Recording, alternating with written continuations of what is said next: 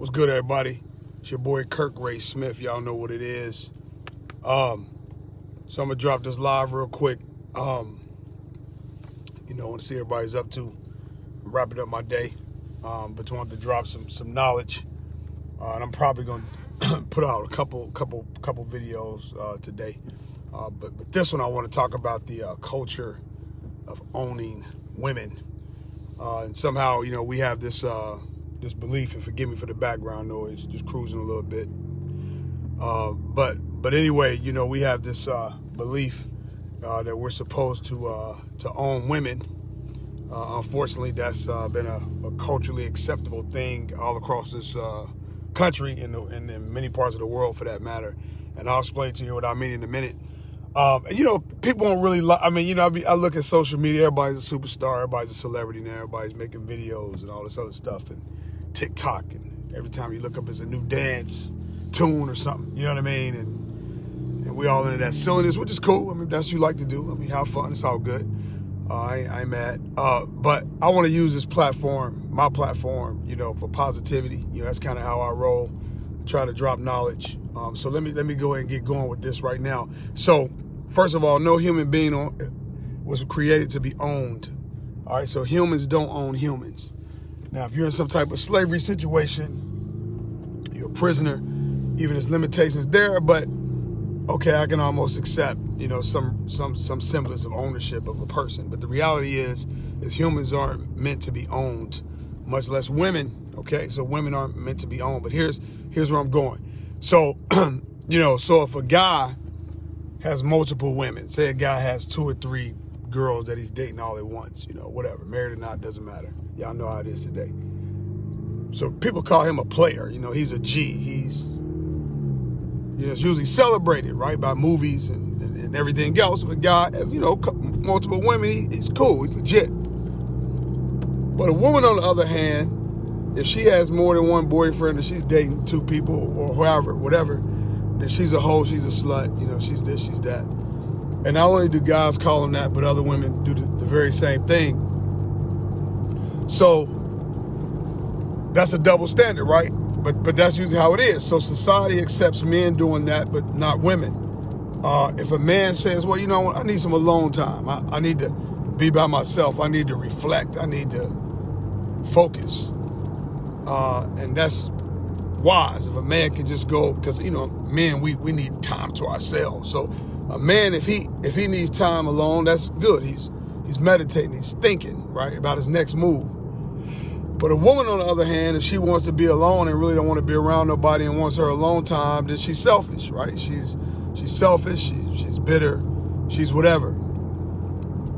A man could say, well, I can have all types of friends, people I hang out with, talk to. That's my choice. I can, pretty much come and go as I please for the most part. And whoever my friends are, they're my friends. So a woman, on the other hand, if she has friends and all of that the guy or whomever doesn't like, then she's up to something, right? What are you doing? Why is he or she your friend? Because I don't like them. So she has to make her choices based on, the comfort of other people. That's kind of how that works. So it's this double standard that's out there that has existed when it comes down to the dynamic between men and women for a long time. And the reality is that we think we own women. Hey, don't wear that. You shouldn't wear that where you're going. Don't wear makeup. That's too much makeup. Don't get a weave. Don't wear a wig.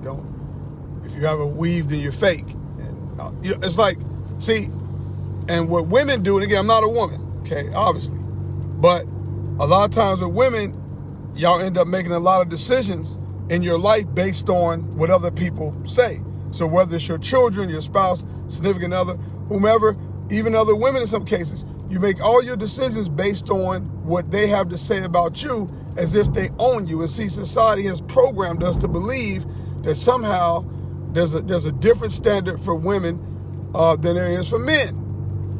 And see, that's a mistake.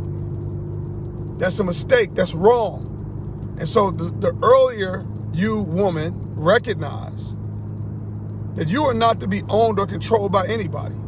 Nobody dictates to you how you should live or what your life should look like, or what your life should look like. You should be able to do the things that make you happy, that satisfy you, right? So women, right, are mothers. So the mentality is a lot of times, well, if I go out and shop for myself, and if I have children, well, I feel guilty if I go out and buy me 2 outfits and I don't get anything for my children. So you end up picking something up for them because you feel guilty that you didn't get them anything. And although the whole idea was for you to go out and shop for yourself, you still end up bringing something home for everybody else. Or you have to stop and pick up food, although you cook most of the time, but you see what I'm saying? So see, you're constantly in this guilt mentality, and then you allow yourself to be guilt tripped and manipulated into doing what makes other people happy, and then leaving yourself out to dry. You see where I'm going? Am I making sense? Now, again, I'm not a woman. This is what I lived around, what I was raised around, what I've witnessed for many, many years. So this is existential, empirical information. This is not anecdotal. I didn't read it. I didn't hear it on the street. I didn't see it on TV or some video. This is the reality of what I seen and continue to see women go through in battle, is that you're constantly in this position where if you do anything for yourself, you're being selfish, or you allow people around you to make the rules as to how you should live. And so, and as long as you follow those rules, I guess everybody's okay except you.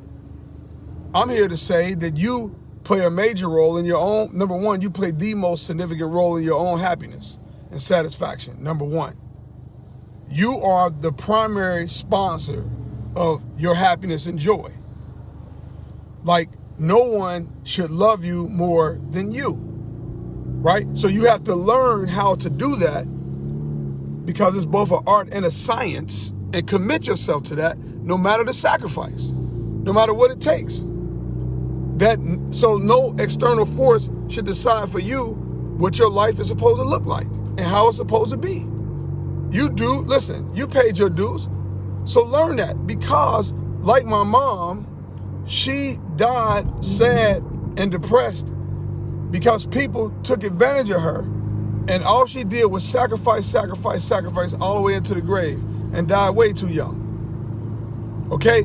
So what I'm saying is this culture of owning women has to be eradicated, because we don't own them. And a woman can love herself and care for herself free and clear of any outside influences. So your spouse, significant other, whomever you rock with, they don't have control over what, at the end of the day, what makes you happy. Find you something that you enjoy, that you like to do, or some things that you enjoy that you like to do. What makes you happy? What do you like to do to have fun? What puts a smile on your face? And that can't be dictated by another human being. But too often, like when you ask, say, moms, right? And let's say moms, say you have maybe a adolescent children, right? And you ask them, and say you're married, whatever, and you ask them, well, what do you see for your life? How do you? And I've asked women this.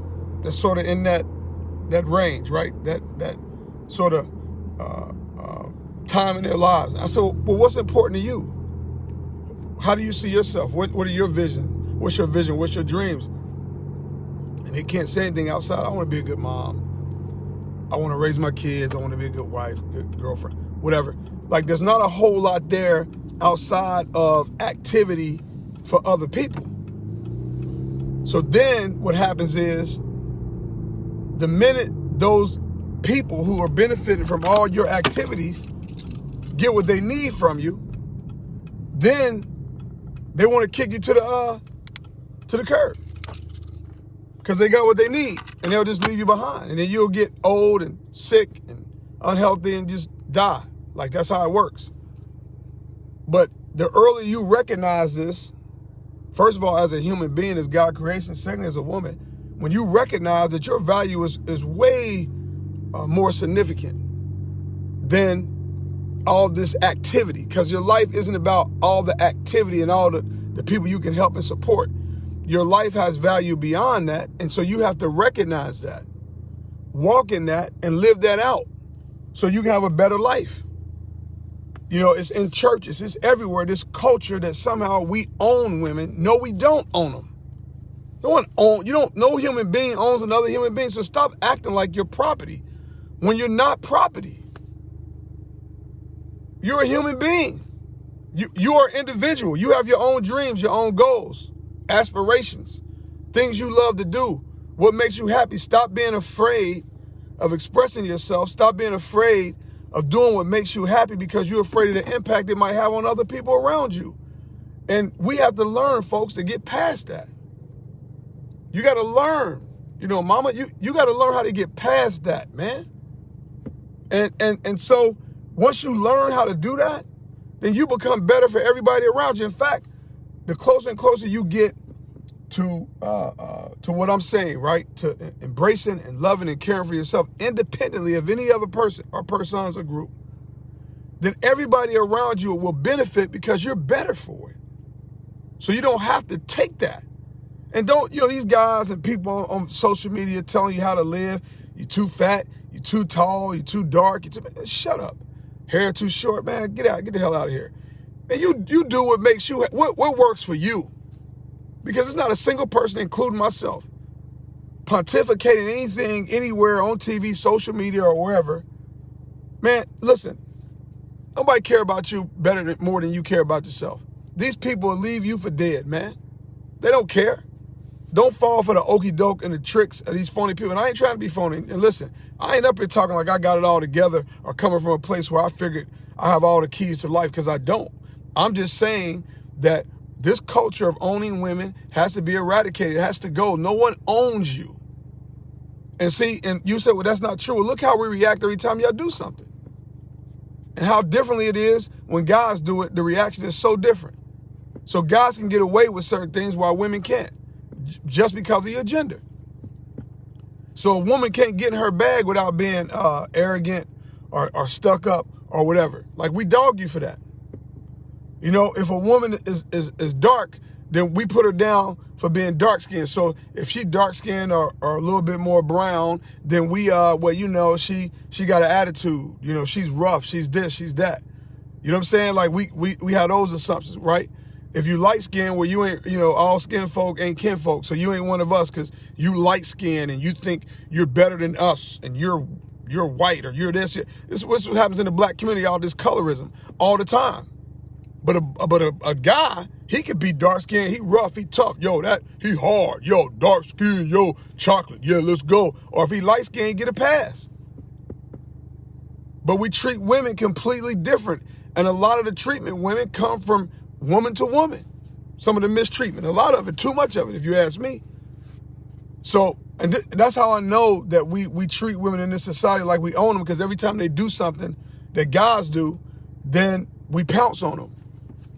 Or we start accusing them of stuff, or stuff that we can get away with that they can't. And I got news for all y'all insecure dudes out there, man, because a lot of y'all dudes, y'all babies, man. Y'all insecure whiners, man. And your insecurities is really just a collection of all your shortcomings. Your insecurity is just stuff you just don't know how to do, and you're afraid somebody else will. You know what I mean? Somebody else can. That's all insecurity is about. Most of it is that I'm insecure about who I am because I know there's somebody or something that can do what I can't, so I'm insecure. I'm not secure enough within myself. So I try to project that off on other people. So you try to punish and control everybody around you because you're insecure. But I'm telling you right now, that is ineffective. That does not work. In fact, when you allow your insecurities to put you in a position where you're trying to control another human being, all you do is push them away. But we do that. We're insecure. You can't handle it. You can't, because you have all these, deal with your own insecurities. Get to work then. If it's stuff that you're insecure about, then become secure. You got control. Fix it. Do something about it. You know what I mean? Don't go around hurting other people because you feel inferior. That's not their problem. That's your problem. Allow people to be confident and happy around you without your permission. It's okay for somebody to be happy and you have nothing to do with it. All y'all married people, calm down. Your wife can be happy. She can do things that make her happy that you ain't got nothing to do with. Your husband can be happy and he can do things you don't have anything to do with. Allow that individual to be an individual, because that person was an individual before you met him. They were an individual when you met them. They were an individual when you got engaged. They were an individual when you got married, and they're going to remain an individual while you're married. or while you're dating or whatever long-term relationship you're in. Man, we are individuals, man. We are not extensions of anybody but ourselves. Not even our children. Your children aren't extensions. They're individuals. Their decisions have nothing to do with who you are. Good or bad, up or down. There's no legacy through children. They're individuals. And so again, that's a message for a different day. So I'm going to shut it down with this. Yo, man, get out of the way and let people live and let them be who they're going to be. Let them be who they're going to be, man. Get out of these women. Get out of their way. And stop trying to tell them how they're supposed to look, what they can't wear, how long their hair is supposed to be. Should they have a weave? Should they wear a wig? Should they wear black? Should they wear brown? Should they wear wedges? Should they wear flats? Should they wear sneakers? Man, get out of here with all that, man. Man, let them be who they're going to be, man. You know what I'm saying? They want to, women want to be successful at whatever. Let them be successful at whatever. They're allowed to be educated. They're allowed to be strong bosses, presidents, CEOs, supervisors, directors, in front, coaches, whatever it is. Stop trying to dominate women because you're weak. And that's a lot of guys who want to dominate women. They're compensating for something or they're trying to hide something. Anybody that's trying to control you, I'm telling you, that's only do one or two things. They're trying to compensate for something or they're trying to hide something that they're doing. So if they can control you, you'll never see what they're up to. You know what I mean? So my thing is that you got to understand that, man, that you can't, man, bro, you can't control anything that another human does unless you got them in some kind of cage or some kind of shackles on them or something, man. They're going to be who they're going to be. The heart wants what the heart wants. And the more you try to push and dominate and control a person, you ain't doing anything but making matters worse. This double standard where, again, guys can do this and they're cool and women can do the same thing and they're sluts and hoes and all this other stuff, man, get out of here, man, with that. Get out of here, man. Back up, man. Y'all, one thing, man, I learned being older, like when you start getting around mid, late 40s, 50, like you start to change, man. I'm telling you, like, yo, it ain't that deep, man. It is what it is. So anyway, man, I'm going to get up off here on that, but I'm going to come back with another live, though, later on today. But go ahead and drop this, man. Share this, put some comments in that joint. Let other people know. It's a good conversation. You know what I'm saying? And when I might feature this topic on the show, man, the next time we run I Am with Kirk Ray Smith.